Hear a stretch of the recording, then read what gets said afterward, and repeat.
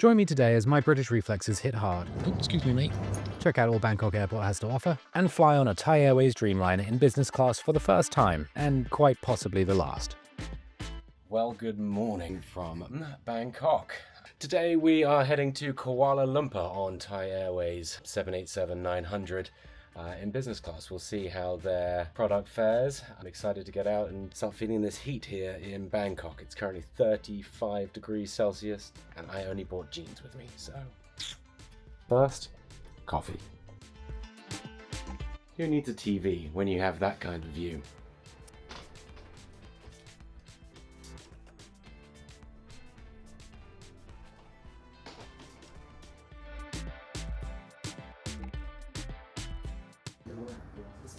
Oh my gosh, that's so good.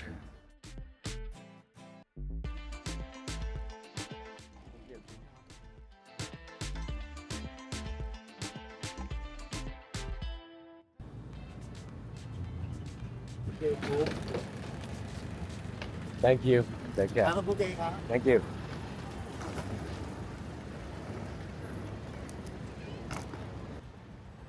Well, welcome to Suvarnabhumi International Airport here in Bangkok, Thailand. Let's go get checked in for our flight with Thai Airways over to Kuala Lumpur.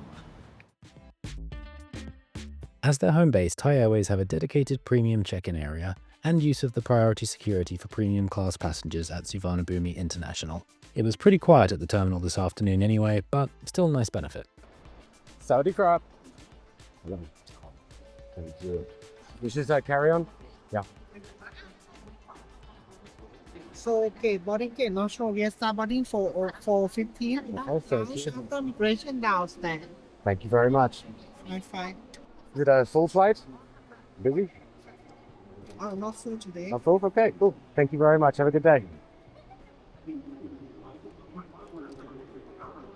Well, that was absolutely painless going through security and passport control. Fast track service you get with the business class on Thai Airways makes such a difference. It took all of about 3 minutes to do everything, including not using the e-gates because I wanted the stamp on my passport. I checked in for the flight about 4 hours ahead of time. They didn't have any issues with that, so I get to enjoy the lounge for a little bit longer today. 6,000 miles from home, right by Camden Food Company, honestly. Now, unfortunately, because I'm here so early, I don't even know what gate this flight's going to go from. So, when I eventually get to the lounge, it seems to be miles away. Hopefully, I won't have to walk another hour to get to the gate. But we'll find out soon enough. Udon is now boarding entry C8. Please board at the Saudi crap. Thank you. Thank you, welcome. Thank you very much. The Royal Orchid Lounge is fairly big, spread out over one floor at the D-gate, and it really impressed me.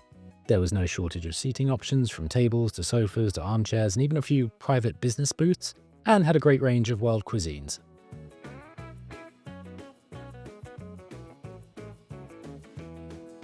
Aside from lacking showers or a bar, I was really happy to have had some extra time here today.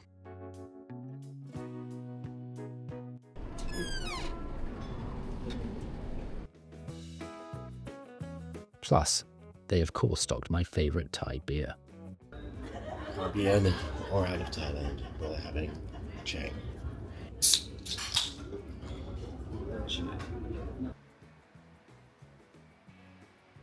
Okay, so interestingly, any third-party apps, departure boards don't say the gate, but there've been no announcements, nothing else, so I'm just guessing.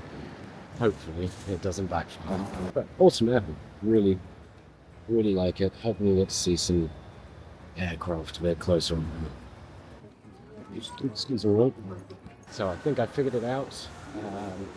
Yeah, it's weird. The departure boards say nothing. Third-party apps I've got say nothing. The only way I've been able to figure out what gate I'm actually traveling on is through the Thai Airways app, which it's not displayed on there either until you go down to find your boarding pass. At the very bottom of the boarding pass, it says satellite terminal. So that's apparently like 15-minute train away or shuttle. So I'm hoping that is where I'm actually going to be going from. Otherwise, I don't know if I'd make it back in time. But here we go. Let's give it a shot.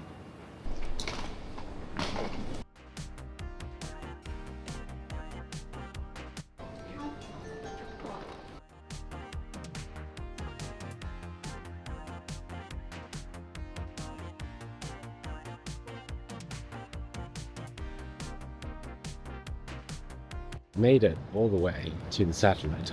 Well, the flight is up on the board, but absolutely nowhere does it say anywhere else. Good thing I took it upon myself. But here we are, plenty of time, I get to relax. Plus, check out these bad boys. What a great installation. Okay, there is our aircraft, the 789 Thai Airways. It'll take us over shortly to Kuala. Really excited to see what Thai Airways has to offer. Never flown with them before, so it's great to be able to fly with a new airline. Check something off the bucket list.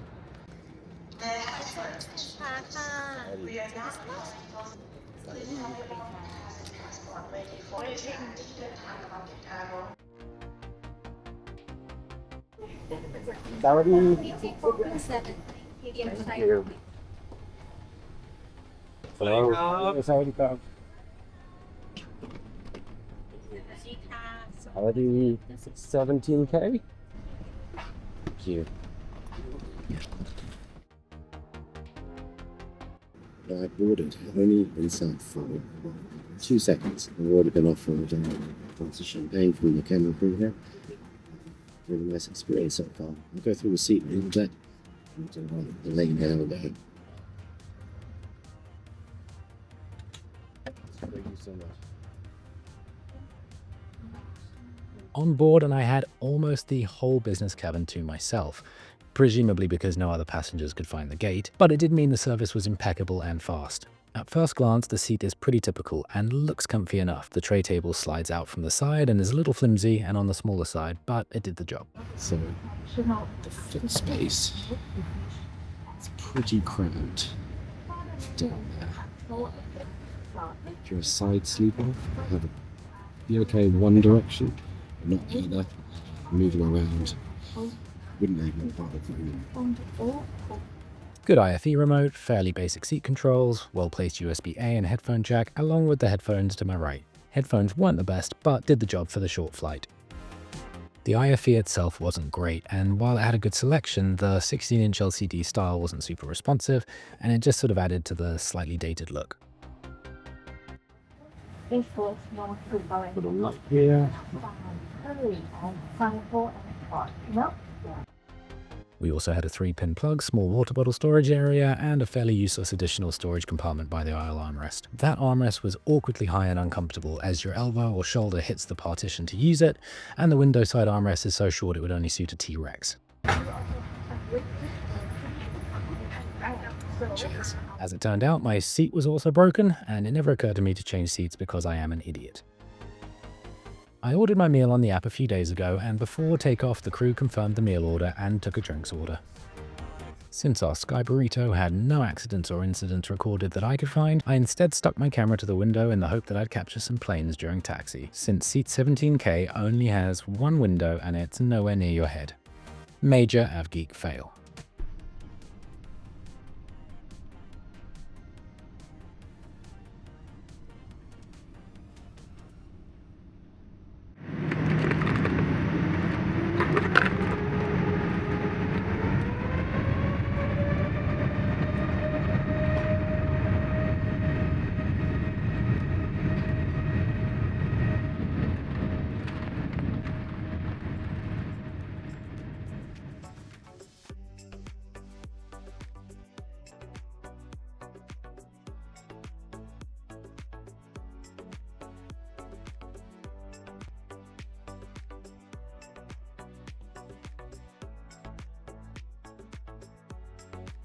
Today's flight took us east out of Bangkok before heading south over the Gulf of Thailand and over into Malaysia, with a turn to make our approach to Kuala Lumpur's runway 32 right.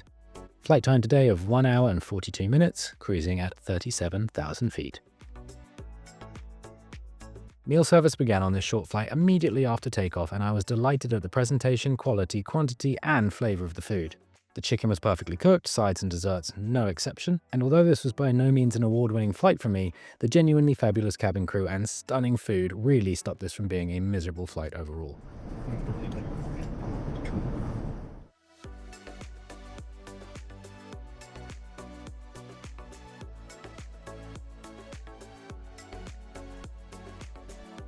With food finished, the ongoing theme of this flight returned as I discovered the flight map was also broken. Guess I'll go see what's happening in the bathroom instead. Hello from It's actually quite nice that they've got some aftershave or eau de toilette. My flowers.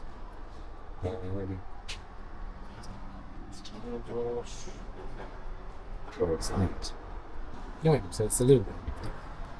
Where's my JJ leg?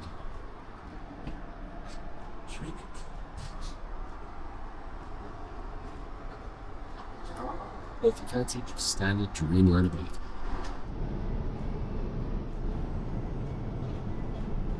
So these ads have just come on across the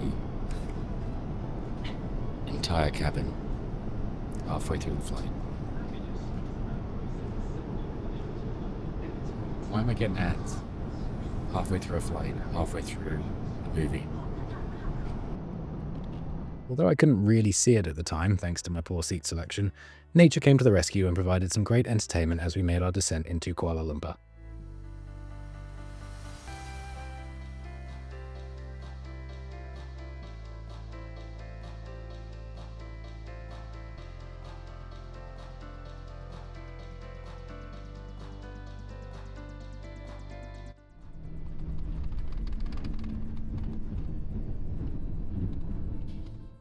The sun set as we taxied to the gate, but what I didn't know was Kuala Lumpur still had a surprise waiting when I finally reached my hotel. Thank you. Thank you so much. Since the aerotrain here has been broken since 2023 and hopefully being fixed later this year, we've got a long walk and a bus transfer to the terminal before we get to all that.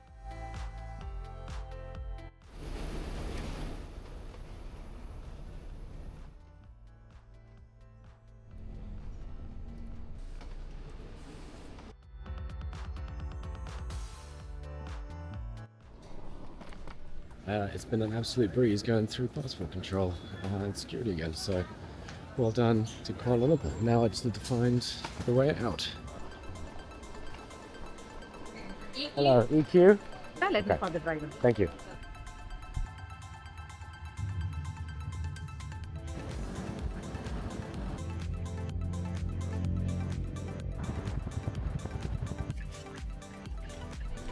Thank you. Thank you so much. Goodbye. Will do. Same to you. Hello. How are you? Yes, I am. Perfect. Thank you so much. Thank you.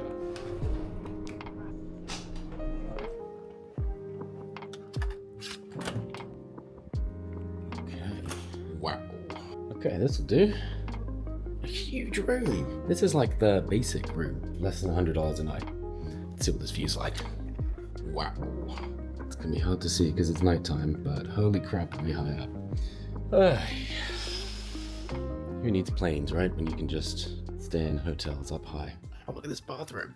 So, what did you all think of the Thai Airways business class flight to Kuala Lumpur? I've taken some time to think about it now, and I'm a bit disappointed. The seat was broken-ish and uncomfortable. Again, now I don't think I'd have been able to sleep if it was a flight I needed to sleep on. Good thing it was only a 2-hour flight, if that, because any longer would have just been miserable. The maps didn't work, there was only one window in seat 17K, so don't book that one if you like a window seat. The one window I did have, I couldn't look out of because it was in a position that I couldn't lean forward to from my seat. The only thing that made it great though was the crew and the food. I would definitely fly with Thai Airways again, but not for that product. Maybe on the newer fleet that they've got coming out, presumably to replace these aging 787-9s now. And that one was about 6 years old, so not the oldest, but definitely showing its age at this point. Let me know what you think, see if you would take this flight as well.